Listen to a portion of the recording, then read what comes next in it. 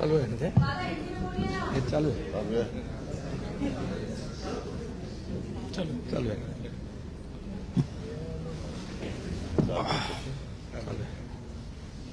सर्व पत्रकार मित्रांचं स्वागत. आवाज येतोय? हे घेऊ, हा घेऊ का? हा ठीक आहे. दुसरा बघू.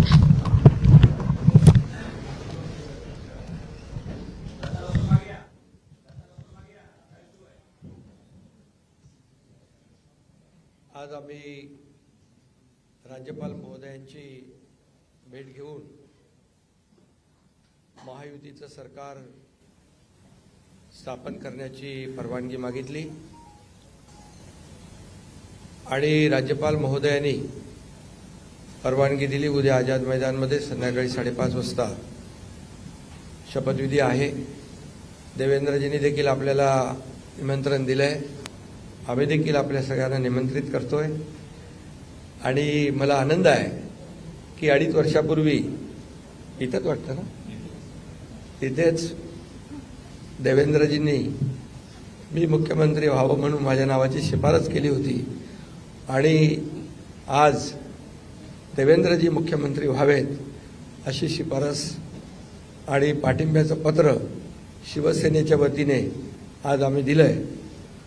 आणि यापूर्वीच तुमच्या पत्रकार परिषदेमध्ये शिवसेनेचा पाठिंबा आणि पूर्ण समर्थन भारतीय जनता पक्षाच्या उमेदवारांना देवेंद्रजींना आम्ही देऊन टाकला होता.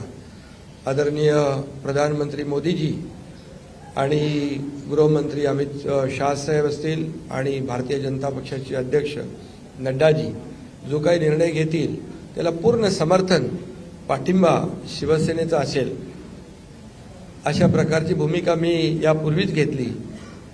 आणि कारण मगाशी दादा म्हणाले तसं तुम्ही बातम्या कुठून कुठे चालवता, कुठे नेता, काय ते त्याला तुम्हाला चर्चा नको.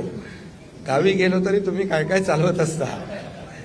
त्यामुळे मी अगदी मन मोकळेपणाने माझी भूमिका स्पष्ट केली.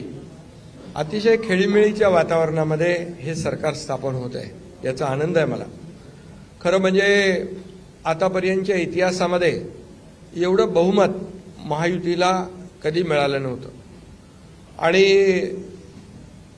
या महाराष्ट्रातल्या तमाम जनतेने व त्यामध्ये सर्वच आहेत, आमच्या लाडक्या बहिणी, लाडके भाऊ, लाडके शेतकरी, सर्व घटक, या राज्यातला प्रत्येक मतदार यांनी महायुतीवर मतांचा वर्षाव केला आणि एक ऐतिहासिक आणि दैदिप्यमान असा विजय या ठिकाणी महायुतीला मिळाला. यामागे नक्कीच गेल्या 2.5 वर्षाचं काम जे आहे आम्ही केलं तिघांनी मिळून. आणि आमच्यामध्ये काही कोणी मोठा कोणी छोटा असं काही नव्हतं. आम्ही एक टीम म्हणून काम करत होतो. आमचा उद्देश एवढाच होता की मला काय मिळालं यापेक्षा महाराष्ट्रातल्या जनतेला आम्ही काय देणार आहोत हे महत्त्वाचं होतं. आणि एक सर्वसामान्यांचं सरकार म्हणून आम्ही काम केलं आणि म्हणून सर्व मतदारांना मी मनापासून धन्यवाद यापूर्वीच दिलेत. आणि खरं म्हणजे राज्य चालवताना अनेक निर्णय आम्ही जे घेतले, जे विकास प्रकल्प आपल्या सगळ्यांना माहीत आहेत, मी त्याची एकदा डिटेलमध्ये बोलू इच्छित नाही, परंतु जे विकास कामं महाविकास आघाडीने थांबवली होती, जे प्रकल्प थांबवले होते, या महाराष्ट्रातल्या जनतेसाठी आवश्यक होते, या महाराष्ट्राला 10-20 वर्ष मागे नेणारा निर्णय महाविकास आघाडीने घेतला. आमचं सरकार आल्यानंतर तात्काळ ते प्रकल्प आम्ही सुरू केले, मार्गी लावले आणि त्याची उद्घाटनही आदरणीय प्रधानमंत्री मोदीजींच्या हस्ते केली. याचा देखील आनंद आणि समाधान आम्हाला आहे. शेवटी सरकार कुणासाठी असतं? सरकार हे सर्वसामान्यांसाठी असतं, लोकांसाठी असतं, राज्याच्या विकासासाठी असतं आणि ते आम्ही तंतोतंत पालन करण्याचं आणि त्याचं नियोजन करण्याचं काम आम्ही 2.5 वर्षात केलं.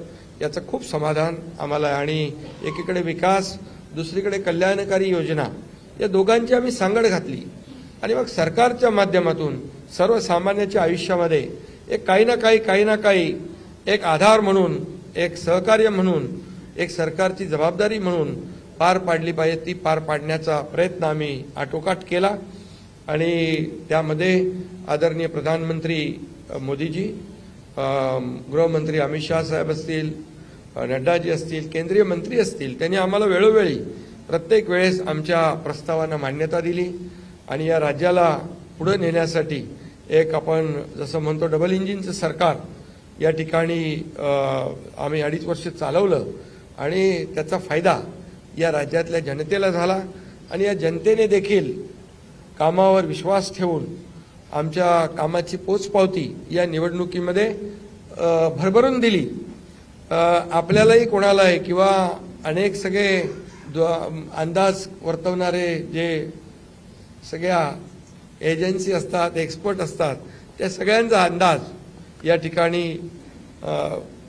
बाद ठरवला आणि त्यामध्ये मतदारांना धन्यवाद द्यावे तेवढे थोडे आहेत. म्हणून मी पुन्हा एकदा सांगेन, माझ्या लाडक्या बहिणी असतील, लाडके भाऊ, लाडके शेतकरी, लाडके ज्येष्ठ, सगळेच या महाराष्ट्रातले सर्व घटक यांनी पूर्णपणे ऐतिहासिक विजय मिळवून दिला. त्यामुळे आता आमची जबाबदारी आणखी वाढली आहे.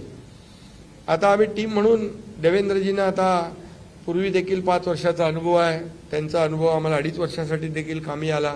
आता पुन्हा मुख्यमंत्री म्हणून त्यांचं नाव शिफारस करण्याची संधी मला मिळाली, त्याचाही आनंद मला आहे. आणि म्हणून आमचं अगदी टीमवर्क जसं 2.5 वर्ष झालं आणि राज्यातल्या जनतेला या ठिकाणी आम्ही सहकार्य करू शकलो. आतापर्यंतच्या इतिहासामध्ये आपण जरी थोडं चाळून बघितलं तरी सुद्धा एवढ्या कल्याणकारी योजना कधी झाल्या नव्हत्या. आणि कल्याणकारी योजना फक्त आम्ही निर्णय घेतले नाहीत तर त्याची अंमलबजावणी केली, त्याचा लोकांना बेनिफिट झाला, लोकांना त्याचा फायदा झाला. शेवटी कल्याणकारी सरकार, सर्वसामान्यांचं सरकार हे लोकांच्या कल्याणासाठी असतं. ते खऱ्या अर्थाने आम्ही राबवलं याचा आनंद आणि समाधान आहे. त्यामुळे मी पुन्हा एकदा देवेंद्रजींचं मनापासून अभिनंदन करतो की पुढचा आपला जो प्रवास आहे तो अतिशय यशस्वी आणि राज्याला पुढे नेणारा, या राज्याचा विकास करणारा आणि सर्वसामान्यांना न्याय देणारा ठरेल आणि त्यामध्ये नक्कीच आपला सर्वांचा सहभाग असेल, सहकार्य असेल.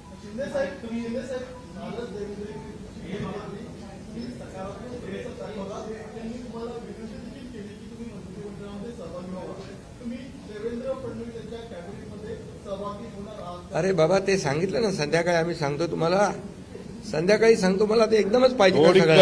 थोडं थांबा. देवेंद्रजी माझ्याकडे आले, त्यांचा मनाचा मोठेपणा आहे, त्यांना धन्यवाद देतो. आमच्या सर्व महायुतीच्या आमदारांचा देखील जो काही आग्रह आहे सगळ्यांना मी धन्यवाद देतो, सगळ्यांचा आदर करतो. त्यामुळे तुम्हाला सांगू ना,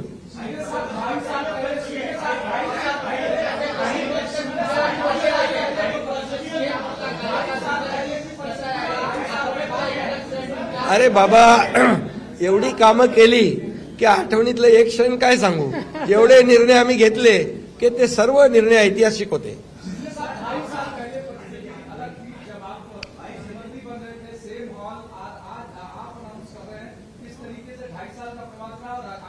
बहुत खुशी है मुझे कि 2.5 साल में हमारी सरकार ने, महायुति सरकार ने और हम तीनों ने और हमारी टीम ने जो काम किया है वो उल्लेखनीय है. उसके इतिहास में उसका सुनहरे अक्षरों में लिखा जाएगा. इतने बड़े निर्णय लिए, इसकी हमें खुशी है. तब्येत चांगली आहे, म्हणजे आवाज थोडा, अरे आता तब्येत होते चांगली ना, आता लगेच कसं जोरात बोलू.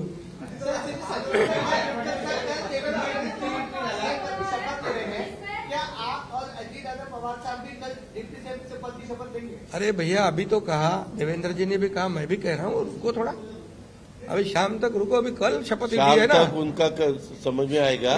मैं तो लेने वाला हूँ, मैं रुकने वाला हूँ. दादा को नहीं, अरे भाई, दादा को अनुभव है, दोपहर शाम को भी लेने का और सुबह भी लेने का.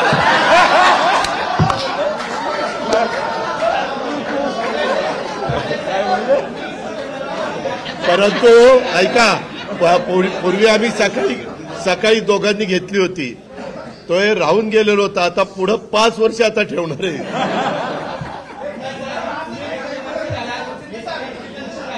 काय अरे सगळे कन्फ्युजन दूर होतील. थोडी कळ काढा. कळ काढा. काही कन्फ्युजन ठेवणार नाही.